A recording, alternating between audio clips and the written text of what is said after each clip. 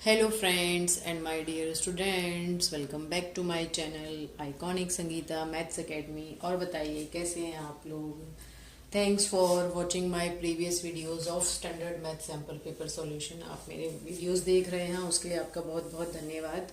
और कमेंट भी कर रहे हैं, उसके लिए भी मेरा दिल से थैंक यू आपको।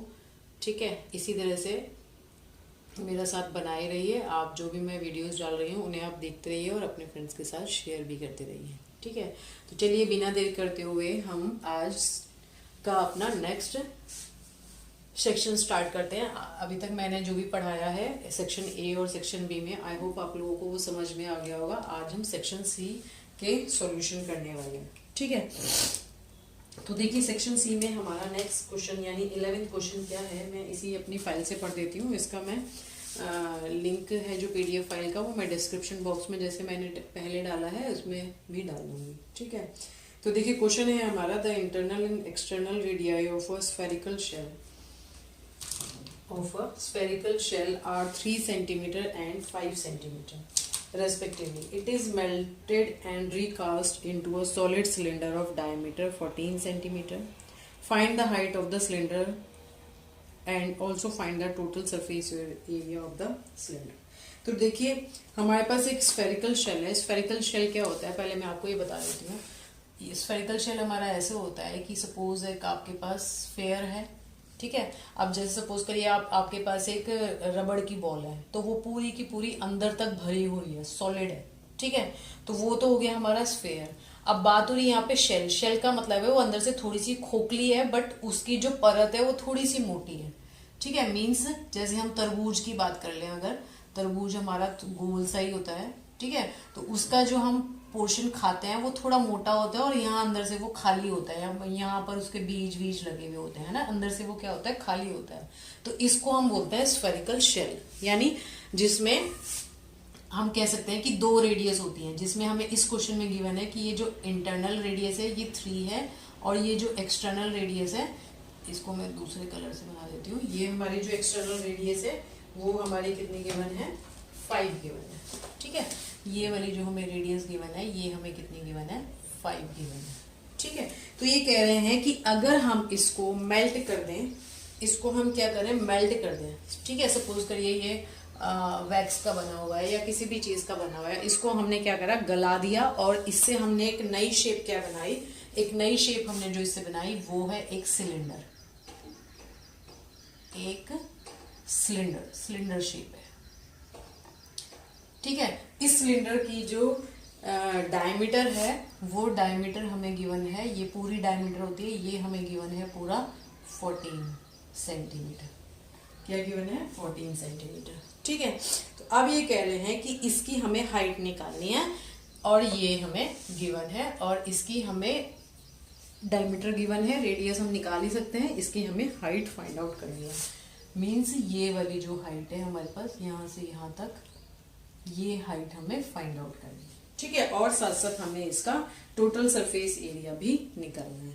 ठीक है, तो देखिए जब भी हमें क्वेश्चन कोई भी गिवन होता है तो हम ऐसा नहीं कि उसमें सीधे सीधे जो भी हमें गिवन जो फॉर्मूला लगना है वो लगा दें। पहले जो चीजें हमें गिवन होती है वो एक बार लिख भी देनी चाहिए। ठीक है, तो हमें क्या क्या गिवन है, given that a spherical shell of radius r1 is equals to 3 and r2 is equals to 5। ठीक है, मतलब मैंने साथ साथ अब ये भी ले लिया कि ये r1 है और ये r2 है। ठीक है, तो हम, ठीक है, अभी इतना ही मान लेते हैं। तो अब देखिए जब हम क्या कर रहे हैं, हमने इसको गला के यानी इसको पिघला के एक सिलेंडर बनाया, तो एक बार बताइए जो वॉल्यूम इसका होगा वही वॉल्यूम हमें सिलेंडर का भी मिलेगा ना। ठीक है, क्योंकि देखिए सपोज करिए आपके पास एक मोमबत्ती है, आप मोमबत्ती किस शेप में होती है, सिलेंडर शेप में होती है ना, सिलेंडर शेप में होती है। अगर आपने उस मोमबत्ती को पिघला दिया और उससे एक बॉल बना दी, तो जो वॉल्यूम हमारे पास एक कैंडल का था वही वॉल्यूम उस बॉल का भी होगा ना। तो इसी तरह से जो वॉल्यूम इसका है वही वॉल्यूम इसका भी होगा। तो हम पहले क्या करते हैं, इस स्फेरिकल शेल का वॉल्यूम निकाल लेते हैं। ठीक है, क्या करते हैं, वॉल्यूम निकाल लेते हैं इसका। तो इसका वॉल्यूम निकालने के लिए हम फॉर्मूला कौन सा यूज करेंगे, जो हम वॉल्यूम ऑफ स्फेयर का यूज करते थे, 4/3 पाई आर क्यूब, वही फॉर्मूला लगेगा। बस यहाँ पर क्या होगा, बाहर वाले में से अंदर वाले के उसको हम माइनस कर देंगे। ठीक है, तो यहाँ पे आप क्या फॉर्मूला लगाओगे इसके लिए, डायरेक्ट आप ये लगा सकते हो, volume of spherical shell equals to 4/3 pi R2 cube minus R1 cube.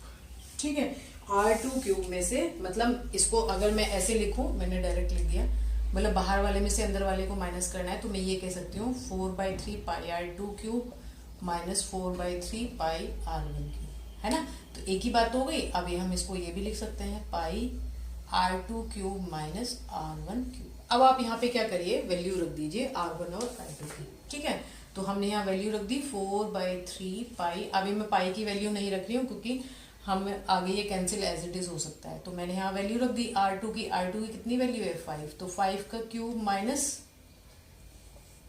3 का होल क्यूब, तो ये हो जाएगा 4/3 पाई 125 माइनस 5 का क्यूब कितना होता है 125 और 3 का क्यूब होता है 27। तो ये आ जाएगा आपके पास 4/3 पाई 125 माइनस 27 हो जाएगा 98। तो ये इंटू आ जाएगा 98 सेंटीमीटर क्यूब।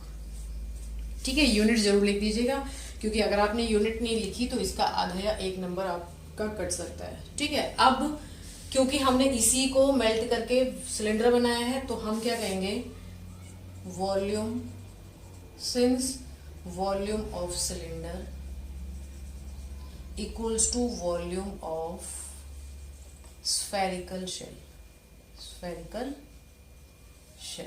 तो अब देखिए सिलेंडर का वॉल्यूम क्या होता है, ये तो आपको पता ही है क्या होता है, पाई R² H, है ना। अब ये जो हमारा R है, सपोज ये हमें क्या गिवन है, 14/2 यानी 7 सेंटीमीटर गिवन है। ठीक है, volume of, sorry, radius of cylinder. ठीक है, तो यहाँ हम वॉल्यूम ऑफ स्फेरिकल शेल की वैल्यू रख देंगे 4/3 पाई इंटू 98। ठीक है, अब आप पाई से पाई तो कट जाएगा, R की वैल्यू रख दीजिए। R की वैल्यू क्या हो जाएगी, 7 का स्क्वायर, है ना। तो यहाँ पे हम रख देते हैं 7 का square into H is equals to 4/3 into 98। तो H आपके पास क्या आ जाएगा, ये यहाँ पे मल्टीप्लाई हो रहा है तो इधर ले आते हैं इसे, क्या हो जाएगा, ये इसके साथ डिवाइड हो जाएगा, 7 इंटू 7। ठीक है, इसे सॉल्व कर दीजिए। सॉल्व करेंगे, 7 1 जा 7, इसको काटेंगे, 7 4 जा 28, 7 2 जा 14, तो ये आ जाएगा 8/3 सेंटीमीटर। हमारे पास क्या आ जाएगी, इसकी हाइट 8/3 सेंटीमीटर आ जाएगी। तो ये तो हो गया फर्स्ट पार्ट का सोल्यूशन। अब नेक्स्ट इन्होंने हमें पूछा है कि इसका हमें टोटल सरफेस एरिया भी फाइंड आउट करना है। टोटल, तो इसको मैं शॉर्ट में लिख दे रही हूँ यहाँ पे, total surface area of cylinder equals to होता है 2 pi R into R plus H। यही होता है ना। फॉर्मूले जरूर याद कर लीजिएगा, आप जितने भी मेंसुरेशन के आप लोग पहले से भी पढ़ते हुए आ रहे हैं वो सारे याद कर लीजिएगा। अगर एक भी फॉर्मूला आपने लिखने में गलत कर दिया तो क्वेश्चन गलत पूरा। ठीक है, तो अब यहाँ वैल्यू रखिए 2 इंटू 22/7 इंटू R आपका कितना है 7, ये हो जाएगा 7 प्लस H अभी हमारा कितना आया 8/3। सॉल्व कर दीजिए इसको, 2 इंटू 22, 7 से 7 करिए, उसको हटा देते हैं और ये आपका कितना आ जाएगा 7 3 से 21, 29/3, है ना। तो ये कुछ कट सकता है नहीं, कुछ भी नहीं कटेगा। तो हम इसे जब सॉल्व करेंगे तो हमारे पास ये आएगा 1276/3, और जब आप इसे पूरा सॉल्व करेंगे तो ये आएगा आपका 425.33 सेंटीमीटर स्क्वायर। ध्यान रखिएगा कि आप क्या निकाल रहे हैं। अगर आप वॉल्यूम निकाल रहे हैं तो आप सेंटीमीटर क्यूब लिखेंगे, अगर आप सरफेस एरिया निकाल रहे हैं तो आप स्क्वायर लिखेंगे। यहाँ पर अगर आपने गड़बड़ करी तो फिर से मार्क्स कर सकते हैं, यहाँ पे अगर आपने क्यूब लिख दिया। ठीक है, तो ये आपका वॉल्यूम और टोटल सरफेस एरिया आ गया इस क्वेश्चन नंबर 11 का। ठीक है, चलिए नेक्स्ट क्वेश्चन देखते हैं क्या है। तो देखिए हमें नेक्स्ट 12th क्वेश्चन क्या गिवन है। क्वेश्चन गिवन है, prove that the angle between the two tangents drawn from an external point to a circle is supplementary to the angle subtended by the line segment joining the point of contact to the center. तो पहले तो देखिए आप इस question को समझिए कि question में कहना क्या चाह रहे हैं. क्या आगे मैंने देखिए हमें prove that the angle between two tangents drawn from an external point to a circle. मतलब एक हमने एक्सटर्नल पॉइंट लिया P, ठीक है, सर्कल एक्सटर्नल मतलब सर्कल के बाहर होगा. यहाँ से हम दो टेंजेंट्स ड्रॉ कर रहे हैं सर्कल पर PA और PB, ठीक है, दो टेंजेंट्स बना रहे हैं. अब आगे क्या कह रहे हैं, ये is supplementary to the angle subtended by the line segment joining the point of contact, यानी इस पॉइंट ऑफ कांटेक्ट की बात हो रही है, ठीक है, टू द सेंटर. मतलब ये कह रहे हैं सप्लीमेंट्री एंगल, तो आपने सुना होगा ना कि जिन दो एंगल्स का सम क्या होता है 180 होता है. तो ये क्या कहना चाह रहे हैं कि इन दोनों एंगल्स का सम हमें प्रूव करना है कि ये 180 होगा. एंगल AOB टू प्रूव हमें क्या प्रूव करना है, AOB plus APB equals to 180. ठीक है, ये हमें प्रूव करना है. तो देखिए हमें क्या करना होगा इसके लिए. सबसे पहले देखिए हमें पता है कि जब भी हम ये जो हमारे पास क्या आता है, एक टेंजेंट होती है और हम सेंटर से जो रेडियस ले जाते हैं, जब आपस में कांटेक्ट में आती है, यहाँ पर जो कांटेक्ट होता है, ये कितना एंगल बनाते हैं, ये एंगल बनाते हैं 90. ठीक है, सिंस हम यहाँ पे कह सकते हैं सिंस PA इज टेंजेंट, ठीक है, PA is tangent means PA क्या है, टेंजेंट है, ठीक है, टेंजेंट ऑन सर्कल, ठीक है, मीन्स OA क्या है, परपेंडिकुलर है PA के क्या है, परपेंडिकुलर है. तो यहां से हमें क्या मिल जाएगा, एंगल क्या मिलेगा बताइए, एंगल OAP इक्वल्स टू 90 हो जाएगा, क्योंकि ये क्या होता है, परपेंडिकुलर होता है. यहाँ पर आप वो थ्योरम लिख दीजिएगा जो मैंने इस सैंपल पेपर सॉल्यूशन के सेक्शन A में भी बताई थी. ठीक है, वो वाली यहाँ पर आप लिख दीजिएगा कि tangent at any point of circle is perpendicular to the radius through point of contact. ठीक है, ये आपको यहाँ पर लिख देना है, लिख दीजिएगा इसको जरूर. ये जो भी रीजन होता है वो लिखना हमें जरूरी होता है. ठीक है, यहाँ पर मैं इसलिए लिख रही, थोड़ा टाइम बचेगा, जल्दी हो जाएगा. सिमिलरली PB इज टेंजेंट, ठीक है, PB टेंजेंट है तो यानी OB is perpendicular to PB, therefore angle OBP equals to 90 degree आ जाएगा. ठीक है, तो ये हमारे पास क्या हो जाए, एंगल दोनों हमारे क्या हो जाएंगे, 90 हो जाएंगे. ठीक है, तो अब देखिए अब हम क्या करेंगे, अब हम क्या करते हैं, इस क्वाड्रिलेटरल को उठा लेते हैं. नाउ इन क्वाड्रिलेटरल OAPP, ठीक है, क्या होगा, angle OAP plus angle OAP हो गया APB plus angle PBO plus angle BOA equals to क्या होता है, 360 होता है. क्वाड्रिलेटरल में सारे एंगल्स का सम क्या होता है, 360 होता है. ठीक है, तो अब देखिए हमारे पास OAP अभी हमने बताया यहाँ कितना था, 90. APB को हम एज इट इज रहने देते हैं, प्लस PBO हमारा कितना है, 90 है. BOA को हम एज इट इज रहने देते हैं, 180. तो हमारे पास यहाँ क्या आ गया, angle APB plus angle BOA या AOB एक ही बात है, इक्वल्स टू, सॉरी इधर 360 होगा, क्या हो जाएगा इधर 360 माइनस 90 प्लस 90 180, यानी 180. तो देखिए angle APB plus angle AOB equals to क्या आ गया हमारे पास, 180 आ गया. तो यहाँ पे आप फाइनली लिख सकते हैं angle APB plus angle AOB equals to 180, hence proved. ठीक है, तो ये हो गया क्वेश्चन नंबर 12. ठीक है, इसी का और पार्ट भी देख लेते हैं. देखिए मैंने नेक्स्ट क्वेश्चन 12 के लिए फिगर वगैरह बना दिए, जिससे थोड़ा सा टाइम बच जाए वीडियो, क्योंकि मैं चाह रही हूँ कि सेक्शन C आज मैं कंप्लीट कर दूँ इसी वीडियो में. तो थोड़ा सा मैंने पहले से चीज़ें लिख के रखी हैं. ठीक है, तो देखिए हमें क्वेश्चन में क्या गिवन है. क्वेश्चन है हमारा two tangents TP and TQ are drawn to a circle. ये हमें TP और TQ दो टेंजेंट्स ड्रॉ की गई है इस सर्कल के ऊपर. ठीक है, फ्रॉम एन एक्सटर्नल पॉइंट, इस T पॉइंट से, और हमें प्रूव करना है angle T P Q angle PTQ is equals to 2 angle OPQ। ये एंगल और इस एंगल की बात हो रही है, ठीक है। यानी ये कह रहे हैं कि ये एंगल इस एंगल का क्या है, डबल है। ये हमें यहाँ प्रूव करना है, ठीक है। तो जो हमें गिवन है वो मैंने यहाँ लिख दिया। अब हमें पता है कि जब हम किसी बाहर वाले पॉइंट से सर्कल पर टेंजेंट्स ड्रॉ करते हैं तो वो आपस में इक्वल होती हैं, वो मैंने यहाँ लिख दिया। टीपी क्या होगा, टीक्यू के इक्वल होगा। जब टीपी टीक्यू के इक्वल होगा तो ट्रायंगल टीपीक्यू में एंगल टीपीक्यू एंगल टीक्यूपी के बराबर होगा, क्योंकि जब साइड्स बराबर हैं तो उसके सामने वाली एंगल्स भी क्या होंगे, बराबर होंगे। ये आप रीजन लिख दीजिएगा बाय द थ्योरम, जो भी इस थ्योरम आपने ट्रायंगल वाले चैप्टर में पढ़ी है, ठीक है। अब ओपी क्या है, टीपी पर परपेंडिकुलर होगा, क्योंकि ये क्या है, इस रेडियस है और ये टेंजेंट है। परपेंडिकुलर होगा तो एंगल ओपीटी इक्वल्स टू हमें क्या मिलेगा, 90 मिलेगा, ठीक है। अब इस ओपीटी को हम और क्या लिख सकते हैं, और हम इसे लिख सकते हैं angle OPQ plus angle OPQ plus angle QPT, ठीक है, या TPQ, एक ही बात है, इक्वल्स टू 90 डिग्री हो जाएगा।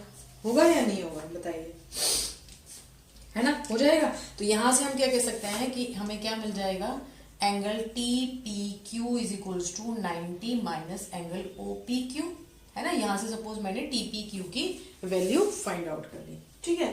नाउ इन ट्रायंगल, अब हम क्या करते हैं, ट्रायंगल ले लेते हैं, कौन सा, नाउ इन ट्रायंगल TPQ हमें क्या मिलेगा, angle TPQ plus angle PQT plus angle QTP equals to 180 होगा। बताइए होगा कि नहीं होगा, तीनों एंगल्स का सम हमारा क्या होगा, ठीक है, 180 होगा। अब आप यहाँ पे क्या करिए, देखिए हमने अभी ऊपर लिखा कि TPQ TQP के बराबर है, तो मैं इस TQP को TPQ ही लिख दूं, यानी मैंने इसे भी क्या लिख दिया, TPQ, और इसको भी मैंने लिख दिया TPQ, ये ठीक है। यहाँ पर आप लिख दीजिएगा बाय इक्वेशन 1, है ना, जब हम यहाँ लिख रहे हैं ये, प्लस एंगल QTP को अभी आपने एज इट इज छोड़ दिया, ठीक है। अब ये 2 हो गया, है ना, तो हो जाएगा 2 angle TPQ plus angle QTP equals to 180 हो जाएगा ना, ठीक है।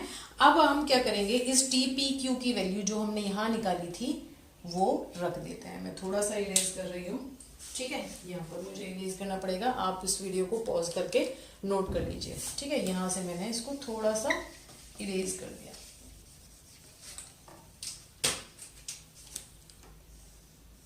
यहीं पर आ जाएगा ये, इसीलिए मैं पूरा इरेज नहीं कर रही हूँ। तो आप देखिए ये हमारा 2 TPQ की ये वाली वैल्यू मैंने यहाँ रख दी, इसको आप चाहिए तो इक्वेशन 2 मान लेना और यहाँ लिख देना by equation 2, 90 minus angle OPQ plus angle QTP equals to 180 हो जाएगा ना, ठीक है। अब ये कितना हो गया, 9 2 180 minus 2 angle OPQ plus angle, इसको हम QTP लिख दे या QTP लिख दे या हम PTQ लिख दे, एक ही बात है, मैंने इसे PTQ लिख दिया, इक्वल्स टू 180, ठीक है। 180 से 180 कैंसिल हो गया, तो हमारे पास क्या आ गया, angle PTQ equals to 2 angle OPQ, जो हमें प्रूव करना था, है ना, वही आ गया ना। यही तो चीज हमें प्रूव करने के लिए बोली गई थी। तो ये हमारे पास क्वेश्चन नंबर 12 यहाँ पर कंप्लीट हो गया, ठीक है। नेक्स्ट देखते हैं क्वेश्चन नंबर 13 क्या है। तो फ्रेंड्स, मैं इस वीडियो को फिलहाल यहीं पर समाप्त कर रही हूँ, एंड कर रही हूँ इसका, क्योंकि ये वीडियो बहुत लंबा हो जाएगा, फिर अभी आगे 2 क्वेश्चन और हैं इसके, ठीक है। तो अगर आपको ये मेरा वीडियो पसंद आया हो तो प्लीज़ प्लीज़ प्लीज़ मुझे कमेंट करके ज़रूर बताइए, इसको लाइक करिए, शेयर करिए और सब्सक्राइब करिए, ठीक है। तो चलिए मिलते हैं नेक्स्ट वीडियो में, तब तक के लिए बाय।